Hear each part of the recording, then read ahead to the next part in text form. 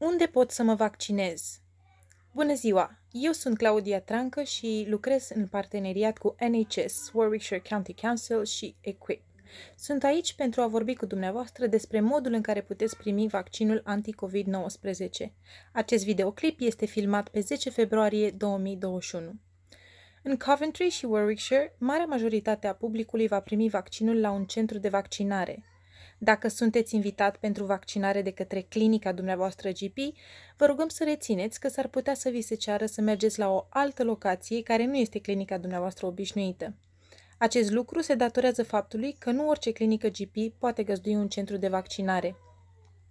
Este posibil ca fiecare programare pentru vaccinare să dureze aproximativ 30 de minute.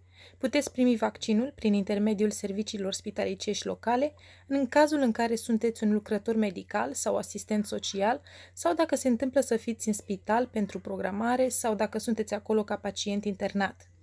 Principala modalitate de a primi vaccinul în zona unde locuiți este în acest moment prin intermediul serviciilor conduse de medicul de familie. Aceste centre locale de vaccinare sunt grupuri de clinici GP care lucrează împreună pentru a oferi vaccinul.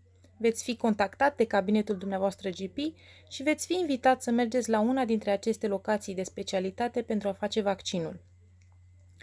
Dacă nu puteți părăsi locuința, există opțiunea de a fi contactat de clinica dumneavoastră și a primi vaccinul la domiciliu.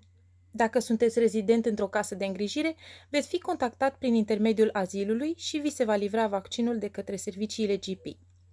Este posibil să primiți o scrisoare de la Serviciul Național de Sănătate NHS în vederea programării vaccinului anti-COVID-19, care vă va permite să faceți programarea online sau prin telefon, fie la unul dintre centrele mari de vaccinare, fie la una dintre farmaciile locale care oferă vaccinul.